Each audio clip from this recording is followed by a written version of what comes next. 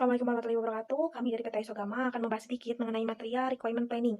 Material requirement planning atau dalam bahasa Indonesia yaitu perencanaan kebutuhan material merupakan suatu metode yang di dalamnya terdapat sekumpulan prosedur, aturan, dan juga mekanisme pencatatan yang dirancang untuk menjelaskan mengenai jadwal induk produksi atau Master Production Schedule. Material Requirement Planning atau MRP digunakan ketika akan merencanakan atau mengendalikan suatu item barang atau komponen individual yang digunakan untuk memproduksi suatu produk yang tergantung pada item di tingkat yang lebih tinggi. Kemudian akan membahas mengenai input, proses, dan juga output yang digunakan oleh material requirement planning. Input yang digunakan diantaranya yaitu ada master production schedule atau jadwal induk produksi yang di dalamnya memuat informasi mengenai banyaknya item yang digunakan untuk produksi dan juga jadwal produksinya. Yang kedua yaitu ada bill of material, di mana bill of material ini akan digunakan untuk perhitungan banyaknya komponen yang dibutuhkan dalam satu periode. Kemudian yang terakhir itu ada status persediaan. Status persediaan ini memuat informasi mengenai status dari item persediaan dan juga banyaknya jumlah persediaan. Terdapat beberapa proses yang digunakan oleh material requirement planning. Yang pertama yaitu netting. Netting adalah proses pengukuran kebutuhan bersih untuk setiap periodenya selama masa perencanaan. Yang kedua yaitu loading. Loading merupakan proses penentuan kebutuhan material untuk memenuhi kebutuhan bersih dalam satu atau beberapa periode ke depan. Yang ketiga yaitu ada offsetting. Offsetting merupakan proses perhitungan untuk menentukan kapan pemesanan harus dilakukan. Yang terakhir yaitu ada exploding. Exploding merupakan perhitungan dari ketiga langkah sebelumnya yang dilakukan untuk komponen dan juga item yang ada di dalam yang berada di level bawahnya. Terdapat juga output yang dihasilkan oleh material requirement planning. Yang pertama itu ada MRP, Primary Report. Di dalamnya terdapat laporan yang berhubungan dengan rencana produksi, inventory, dan juga pengendaliannya. Yang kedua itu ada MRP, Action Report. Di dalamnya terdapat laporan yang berhubungan dengan tindakan atau langkah yang harus dilakukan untuk melakukan pengelolaan juga uh, persediaan. Yang terakhir itu ada MRP PG Report. Di dalamnya terdapat laporan yang berhubungan dengan keterkaitan antara kebutuhan komponen dan juga permintaan akhir dari konsumen. Tahapan-tahapan pada penerapan Material Requirement Planning atau MRP, yaitu yang pertama, mengidentifikasi kebutuhan bahan baku dan komponen berdasarkan analisis permintaan produk akhir, serta perakiraan penjualan di masa depan.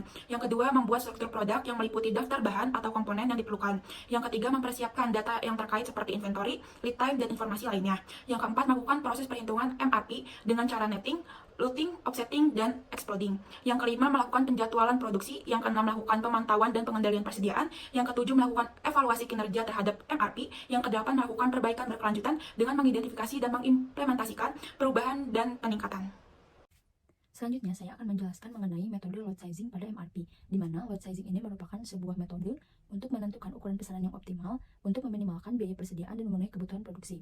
Adapun beberapa metode yang sering digunakan pada MRP ini, yaitu yang pertama ada load for load, di mana metode ini menghasilkan jumlah pesanan yang sama dengan kebutuhan produksi pada periode tersebut. Kemudian ada yang disebut dengan Economic Order Quantity atau EOQ, yang dimana EOQ ini sebuah metode yang bertujuan untuk mengoptimalkan ukuran pesanan dengan mempertimbangkan biaya pesan dan biaya simpan.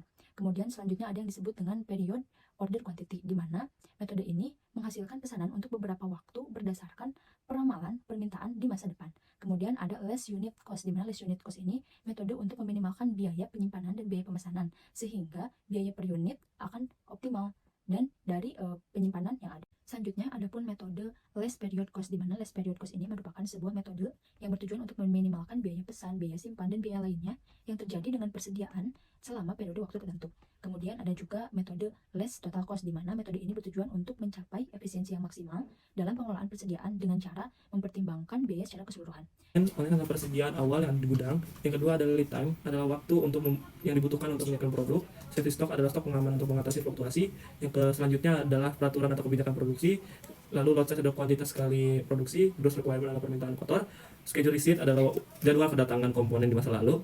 Lalu project available balance 1 adalah jumlah gross requirement yang telah terpenuhi. Net requirement adalah permintaan pada periode tertentu. Plan order receipt adalah jumlah net requirement yang telah terpenuhi. Plan order release adalah jumlah produksi yang dikeluarkan sesuai dengan penjadwalan. Lalu project available 2 adalah jumlah persediaan untuk periode selanjutnya. Terima kasih. Dalam MRP ada juga yang disebut dengan pegging. Pegging ini merupakan sebuah proses menggabungkan atau menjumlahkan gross requirement dari beberapa item yang sama jenisnya. Jadi, pegging ini dapat digunakan ketika item yang jenisnya sama. Perbedaan item dan induk item adalah induk item merupakan komponen-komponen yang bertujuan untuk membuat komponen yang lebih besar, sedangkan end item merupakan gabungan dari beberapa induk item. Terima kasih.